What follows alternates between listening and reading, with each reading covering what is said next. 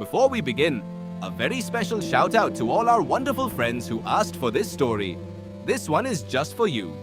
Now, settle in, get cozy, and let's begin. Once upon a time, in a little cottage at the edge of a meadow, there lived a woman with a kind heart and a quiet sadness. She had everything she needed: a warm fire, a pretty garden, a cat who slept on the windowsill. But every evening when the stars came out, she would look up and whisper the same wish.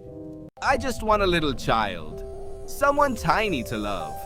Night after night, her wish floated up into the sky. And one evening, it finally reached the ears of a wise old fairy who lived at the edge of the forest. The fairy smiled and held out a tiny seed. Plant this barley corn in a flower pot, she said. Water it every morning, be patient, and see what love can grow. The woman ran home as fast as her feet could carry her. She planted the seed in her very best flower pot, watered it gently, and waited. The next morning, a green shoot appeared. By afternoon, a stem. By evening, a flower, golden and glowing, its petals folded gently together. Oh, the woman breathed. How beautiful! She leaned down and kissed it softly. At once, the petals opened, and there, curled inside like a dewdrop in a rose, was the tiniest little girl the world had ever seen. No bigger than a thumb, with cheeks like pink petals and eyes that sparkled like morning stars. My child, the woman whispered, tears on her cheeks. My own little child. She named her Thumbelina and loved her more than anything in the world.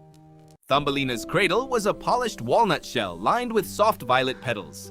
Her blanket was a rose leaf, and her pillow smelled of lavender.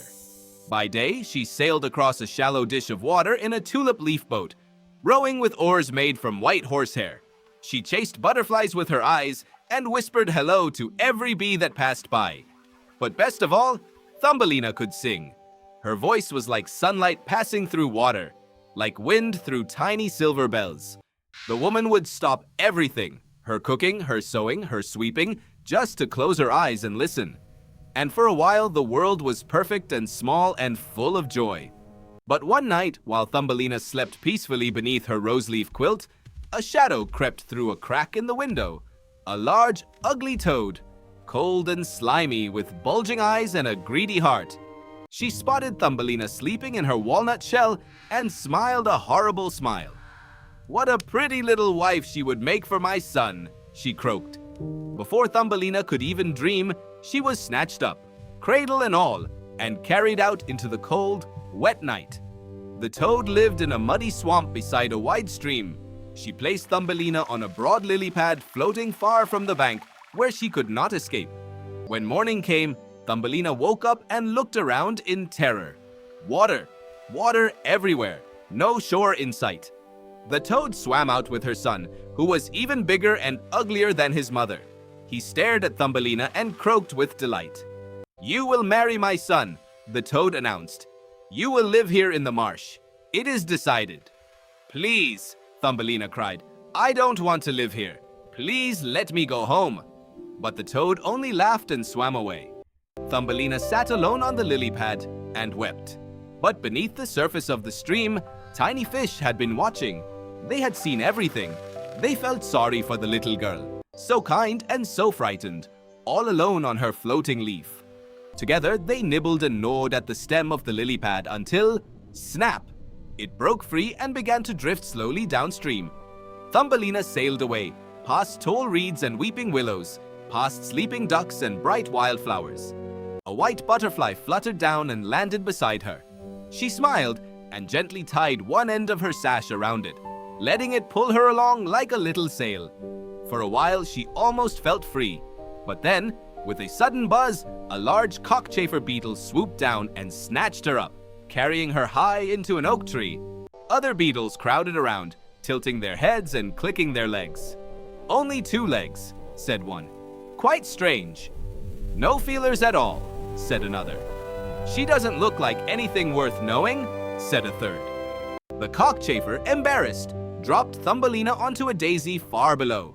She sat very still, listening to the wind move through the grass. If even the beetles think I don't belong, she whispered to herself, then where in the world do I belong? All summer long, Thumbelina lived alone in the meadow. She wove herself a little bed from blades of grass. She drank dewdrops from flower petals in the morning.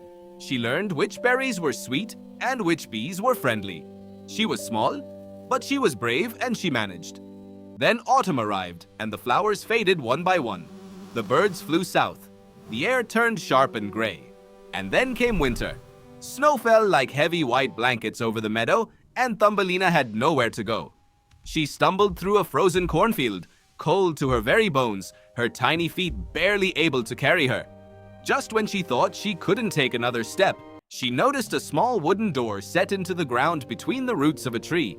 She knocked with the tiniest knock. The door opened and a plump old field mouse peered out. She took one look at Thumbelina, shivering, exhausted, half frozen, and threw the door wide open. "You poor little thing! Come in at once!" Inside was warm and dry and smelled of seeds and autumn leaves. Thumbelina ate a proper meal for the first time in months. In return, she kept the little house tidy and told the field mouse stories every evening. "You may stay all winter," the field mouse said happily. "You are very good company." Thumbelina was grateful. But then the field mouse introduced her to her neighbor, the mole. The mole was large and well-fed, dressed in fine black velvet. He had small eyes that couldn't bear the sunlight, and he had no interest in flowers or birds or anything that grew above the ground. "The sun is a nuisance," he said proudly. "Spring is overrated, but your voice now, that is something I could appreciate." The mole decided he wanted to marry Thumbelina. The field mouse thought it was a wonderful match. But Thumbelina thought of spending the rest of her life underground, in the dark, never seeing the sky again, and her heart felt like a stone. One afternoon, the mole took them through a long tunnel that connected his home to the field mouse's house. And there on the cold tunnel floor lay a bird, a swallow, with its wings folded and its eyes closed. "Ridiculous creature," the mole said, stepping past it. "Flew too late in the season.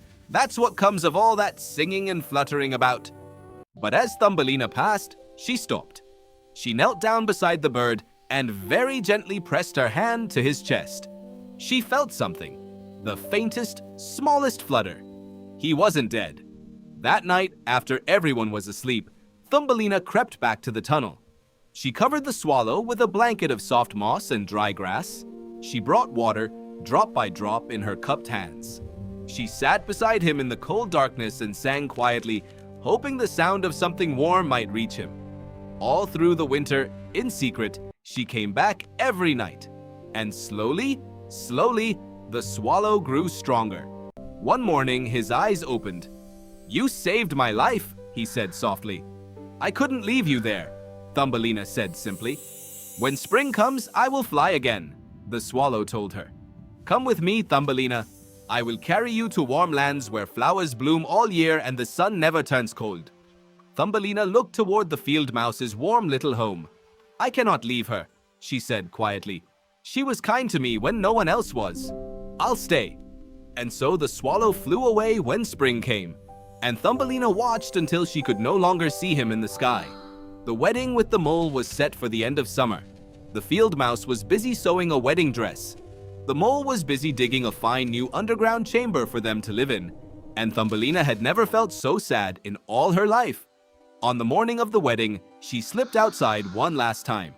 She wanted to feel the sun on her face just once more. She wanted to say goodbye to the blue sky and the green grass and the flowers she loved so much. "Goodbye, sun," she whispered. "Goodbye, flowers. Goodbye, sky."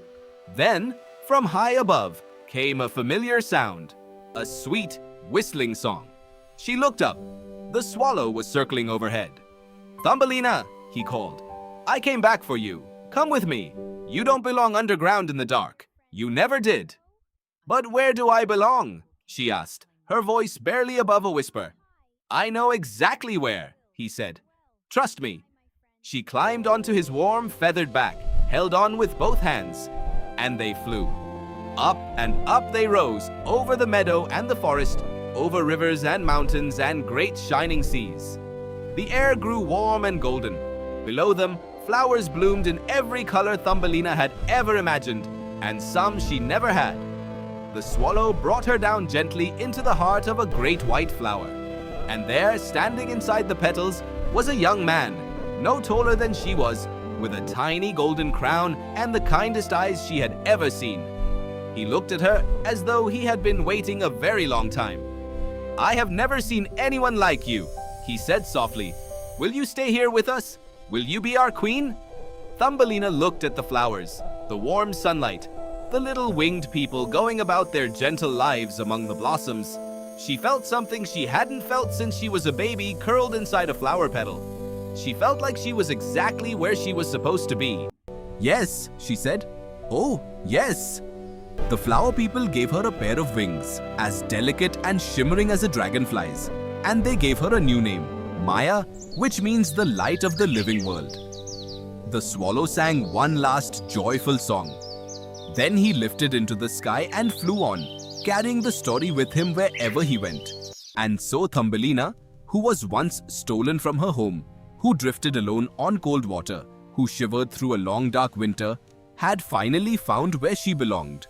Not because she became someone different, but because she never stopped being kind, even when the world was unkind to her. She never stopped being gentle, even when she had every reason not to be.